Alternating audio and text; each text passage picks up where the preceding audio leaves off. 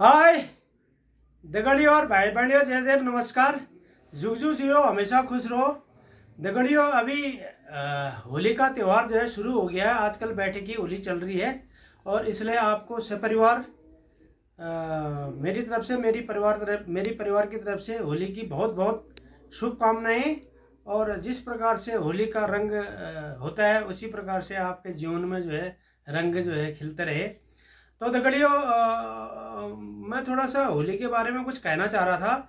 और हमारे गांव में होली नहीं होती है इसलिए मैं होली के बारे में बहुत ज़्यादा नहीं जानता हूँ।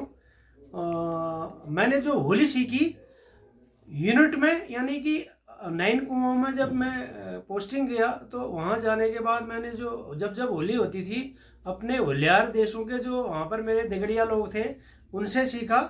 और विशेष तौर से मैंने ज़्यादा होली जो है हमारे जो धर्मगुरु सूबेदार ऑनरी कैप्टन जमुनादत्त कोठारी जी थे, उनसे जो है होली मैंने सीखा था। बैठकी होली भी और खड़ी होली भी। थोड़ा सा मैं बैठकी होली भी जानता हूँ, खड़ी होली भी जानता हूँ। लेकिन इस होली के जो इतिहास है उसके बारे में बहुत ज़्यादा मेरे को जानकारी नहीं थी। मेरे को यहाँ पर पिथौरागढ़ में एक मित्र मिले यार, पंडित जी, लोहा घाट के पंडित जी हैं, शास्त्री जी हैं। वो माने उन्होंने संस्कृत से ग्रेजुएशन किया था और वो टीचर भी हैं और काफ़ी इस चीज़ में रुचि रखते हैं। तो उनने मेरे को ये कथा सुनाई थी। ये जो होली की शुरुआत यहाँ पर से इस प्रकार से हुई थी करके, शायद आप लोगों को पता होगा, लेकिन मेरे को ये पूरा पता नहीं था। मेरे को जब उनने बताया तभी मेरे को ये पता चला। मैं सोचता हूँ कि यार इसको मैंने आप लोगों का भी शेयर करना चाहिए करके। तो दगड़ियों यार, ये थोड़ा सा मतलब थोड़ा सा लंबा है, 20-22 मिनट का है, इसलिए मैं इसको 2 भागों में करूँगा। एक भाग में एक भाग आज बताऊँगा आपको, और एक भाग में जो है कल आपको बताऊँगा। और साथ ही मैं आज तो बताऊँगा, उसके बाद बैठकी होली एक में जो है आपको गा के भी सुनाऊँगा।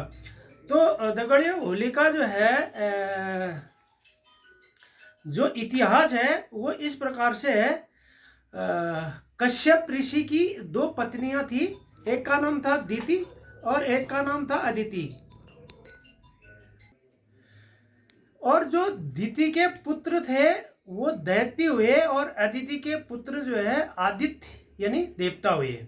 दीति के पुत्रों का दैत्य होने का कारण उसने असमय गर्भधारण प्रकट करने की इच्छा प्रकट की थी, और यानी कि संध्या पूजा के समय तब उसको यह श्राप मिला था।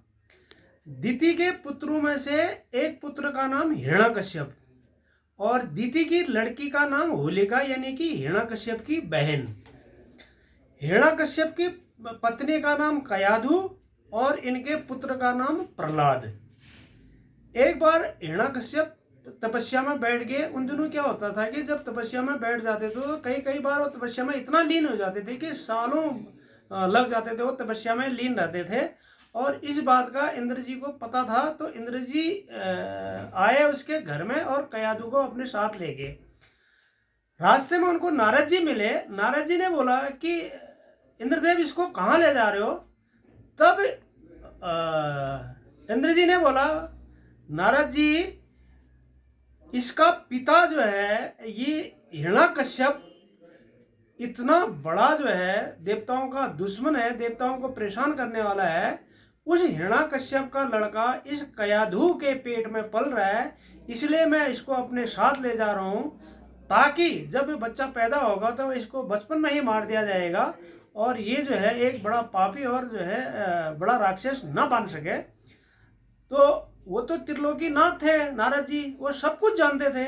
उन्होंने बोला, नहीं नहीं इंद्रदेव जी, नहीं, ऐसा नहीं है। इसके पेट में राक्षस नहीं, बल्कि इसके पेट में जो है भक्त पल रहा है, आप इसको जो है छोड़ दीजिए। तब इंद्र जी जो है अपने धाम को चले गए और जो है नारद जी उस कयाधु को लेकर अपने आश्रम में ले गए और अपने आश्रम में ले जाकर रोज जो है कयाधु को वो भगवान विष्णु की कथा, देवताओं की कथा सुनाते, और कथा सुनकर वो भी जो है मंत्रमुग्ध होगी और वो नारद जी की सेवा में लग गई। और इस प्रकार से कई जो है महीने बीत गए। जब उसका बच्चा होने वाला था तो वो वापस अपने घर चलेगी। जब नारद जी ने कयाधु को विष्णु भगवान की देवताओं की कथा सुनाई तो कयाधु के पेट में जो पल रहा प्रहलाद था वो कथाएं सब सुन ली और भगवान की कथा विष्णु की कथा सुनकर उसका जो दैत्य प्रवृत्ति मन था वो बदल कर वो भगवानों के प्रति उसका लगाव हो गया। कयाधु ने जब प्रहलाद को जन्म दिया भगवान विष्णु ने तब आकाशवाणी की थी कि जब जब तुझ पर जो है कोई संकट आएगा, विपत्ति आएगी, दुख आएंगे, मैं अदृश्य होकर हर संभव तेरी मैं मदद करूंगा, तुझे कुछ नहीं होगा। और भक्त प्रहलाद को ये सारी चीजें पता थी, इसलिए जब भी उसके ऊपर कोई दुख आता था उसको पता रहता था कि मेरा कोई कुछ बिगाड़ नहीं सकता है, क्योंकि मेरे साथ मेरे हरि हैं, मेरे साथ मेरे विष्णु हैं। और वो उसमें जो है जब भी उसको कुछ सजाएं मिलती, यातनाएं मिलती है, वो जय विष्णु ओम हरि, जय विष्णु ओम हरि इस प्रकार का जप करते रहता हो और भगवान विष्णु जी अदृश्य होकर उसकी सहायता करते रहते थे। जब प्रहलाद थोड़ा पैदा होने के बाद थोड़ा बड़ा हुआ तो उसको दैत्यों के स्कूल में लगाया गया। अब दैत्यों के स्कूल में क्या पढ़ाते थे? भगवानों को, देवताओं को परेशान करना, उल्टे सीधे काम करना, आतंक फैलाना। आजकल भी जो है आप देखते हो दैत्यों के स्कूल में क्या पढ़ाया जाता है, वही उन दिनों भी था कि दैत्यों के स्कूल में जो है अच्छी शिक्षाएं नहीं दी जाती थी, बुरी शिक्षाएं दी जाती थी। मगर जो है प्रहलाद इन ऐसी शिक्षाओं को न सीखकर वो जय विष्णु जय विष्णु जय हरि ओम हरि ओम हरि इस प्रकार से भगवान के भजन में वो लीन हो जाता और वो भगवान की भजन में वही करते रहता। कई बार प्रहलाद के पिता हिरण्याकश्यप ने उसको समझाया कि बेटा तुम विष्णु का नाम नहीं बल्कि मेरा नाम जपो, इसमें तेरा भला होगा करके प्रहलाद ने एक नहीं माना, वो हरि भजन में लीन रहता। एक बार दैत्यों के स्कूल में जो दैत्यों के जो अध्यापक थे वो बच्चों को कुछ काम देकर जो है कहीं चले गए। उन्होंने बोला बच्चों तुम मेरे आने तक ये पूरा काम अपना पूरा करना। ज्यों ही देखा प्रहलाद ने कि वो अध्यापक चले गए हैं तो उसने सारे बच्चों को इकट्ठा किया और सबको जो है हरि भजन में लगा दिया। सारे के सारे हरि भजन करने लग गए। जब अध्यापक वापस लौटे उसने देखा अरे तो मैं तो इनको काम दे गया था और ये तो सब हरि भजन में लगे हुए हैं, ये किसकी सलाह था? पूछा किसने किसने बोला था? बोला प्रहलाद ने बोला। प्रहलाद में इस प्रकार से जो है उस पर इस प्रकार का उस प्रकार मोटिवेशन करने का उस प्रकार का उसको जो है तरीका था कि वो सब बच्चों को जो है भगवान भजन में हरि भजनों में लगा देता। तो मास्टर जी ने उसको जो है काफ़ी सजा दी बच्चों को और साथ ही उसकी जो है शिकायत जो है हिरण्याकश्यप को बोला कि साहब ये बच्चा आपका लड़का आपका नाम नहीं जपता है, जो दैत्य वाली विद्या है वो नहीं सीखता है, ये हमेशा हरिभजन में लगे रहता है, ये अपना तो ये कुछ करता नहीं है। इसने जो है और बच्चों को भी हरिभजन में जो है लगा दिया है करके। तब हिरण्याकश्यप को जब शिकायत पहुंची उसने भक्त प्रहलाद को कठिन से कठिन सजा दी जिससे कि वो हिरण्याकश्यप का नाम ले। लेकिन तब भी भक्त प्रहलाद ने ओम हरि का ही नाम जप करते रहा, ओम विष्णु का ही नाम जप करते रहा। तो आखिरकार लाख कोशिश के बाद भी भक्त प्रहलाद के मुंह से जय विष्णु ओम हरि जय विष्णु ओम हरि निकलता रहा। तो हिरण्याकश्यप ने निर्णय लिया कि इसे अब मार देना चाहिए और उसने भक्त प्रहलाद को 8 दिनों तक अलग अलग प्रकार से मारने का प्रयास किया। लेकिन इन 8 दिन वो हर दिन बच जाता। जब वो उस बच जाता आता तो भगवान और भक्त जो है खुश हो जाते और यह कर्म 8 दिनों तक चलता रहा और ये जिसे जो होलाष्टक के नाम से जाना जाता है और इन्हीं 8 दिनों में होली मनाई जाती है। दगड़ियों आज के भाग में इतना है। इसके बाद में मैं एक आपको बैठ की होली सुनाता हूँ और कल के भाग में मैं बताऊंगा कि भक्त प्रहलाद को जो है हिरण्याकश्यप ने 8 प्रकार किस प्रकार से 8 प्रकार से उसको अलग अलग प्रकारों से कैसे उसको जो है मारने की कोशिश किया था और भक्त प्रहलाद कैसे बच जाते थे। और साथ ही जो है हिरण्याकश्यप का जो है भगवान विष्णु ने कैसे वध किया था। और 2 प्रकार की होली, बैठकी होली क्या होती है, खड़ी होली क्या होती है और इस साल की होली क्या है और किस प्रकार से है, इसके बारे में मैं कल वाले भाग में बताऊंगा। तो तो कल वाला भाग जो है उसको देखना मत भूलना, क्योंकि जब आप इन दोनों भागों को जो है सुन पाएंगे देख पाएंगे तो तब जाकर आपको ये समझ में आएगा। और साथ ही दगड़ियों अपने बच्चों को भी इसको जो है सुनाना यार, क्योंकि ऐसा होता है वो एक बार सुनेंगे इसको जो है, सुन के जो है वीडियो भी देखेंगे सुनेंगे, तो उनके दिलो दिमाग में ये पूरी बैठ जाएगी कि यार हुआ क्या क्या करके हमारा ये धर्म के अंदर में है, ये बच्चे भी सीख जाएंगे। तो दगड़ियों मैं अभी एक बैठकी होली गाता हूँ जो देश राग में है, और मुझे जो है मेरा हृदय भी पिघल रहा है। ये हमारे सूबेदार ऑनरी कैप्टन धर्म शिक्षक हमारे जमुनादत्त कोठियारी जी ने ये इससे मैंने ये सीखा था, और बहुत ही अच्छा है। इसमें क्या होता है कि ये जो बसंत का महीना है जिसमें देखो हरियाली छाई रहती है और चारों तरफ फूल खिले होते हैं, मन थोड़ा सा कभी कभी विचलित भी हो जाता है, कभी उदास जैसा भी हो जाता है। और एक के पिया जो है उसके हस्बैंड, उसके आदमी जो है प्रदेश में होता है, वो सोचती है कि यार ये होली का सीज़न आ गया, ऐसे सीज़न में जो है मेरे इस समय मेरे पति अगर घर में होते तो मैं उनके साथ होली मनाती, होली खेलती। वो कौवे और कोयलिया को बोलती है कि मेरा ये संदेश मेरे पति को जो है पहुंचाना। तो ये किस प्रकार से बैठ के होली, एक दगड़े ये सुनो इसको।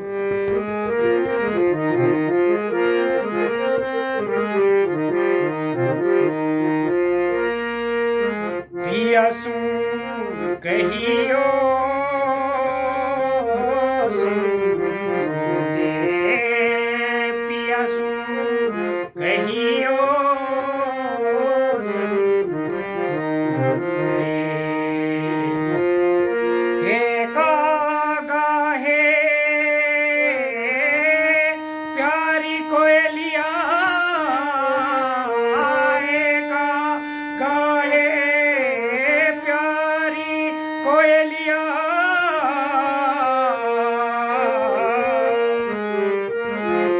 पियासू कहियो सुन दे, पियासू कहियो सुन दे, आयो बसंत सकल बन फूले, आयो बसंत सकल बन फूले, उमग रहे सब दे, उमग रहे सब दे, पियासू कहियो सुन दे, पियासू कहियो सुन दे, मैं बैराग ने पिया को पुकारूं, मैं बैराग ने पिया को पुकारूं, पिया तो बसे परदेस, पिया तो बसे परदेस, दिन को चैन रात को निंदिया, दिन को चैन रात को निंदिया,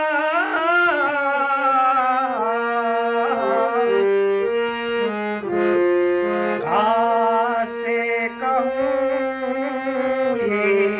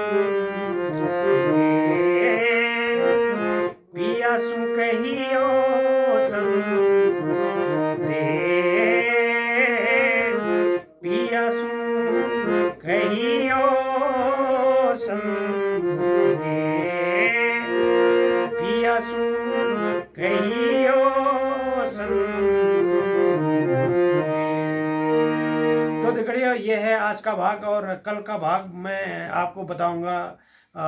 दगड़ियों, तो कल का भाग जो है देखना सुनना मत भूलना, क्योंकि इस बिना जो है कल का भाग नहीं सुन पाएंगे तो आपकी जो कथा ये जो है ये अधूरी रह जाएगी। और जिनको तो पता है ठीक है, उनको सुनने की ज़रूरत नहीं है। जिनको पता नहीं है, जिनको ये कथा अच्छी लग रही है, तो इसको जो है कल का भाग भी सुनना। और कल भी मैं एक जो है बैठकी होली आपको सुनाऊंगा।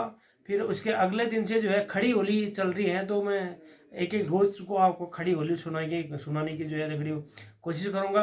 दगड़ियों, आपको अच्छा लगता है यार ये आज की जो मैंने कथा सुनाई, ये कथा प्लस आज की जो बैठकी होली आपको जो अच्छी लगी है, तो प्लीज़ इसको सब्सक्राइब और लाइक भी करना, और साथ ही दूसरे लोगों को भी बताना यार इस प्रकार से जो है ये अच्छी कथा है, और अच्छी इसमें जो है बैठकी होली गाई है करके आप लोग भी देखिए करके। तो दगड़ियों, तब तक के लिए जो है बाय दगड़ियों, फिर कल मिलता हूँ यार मैं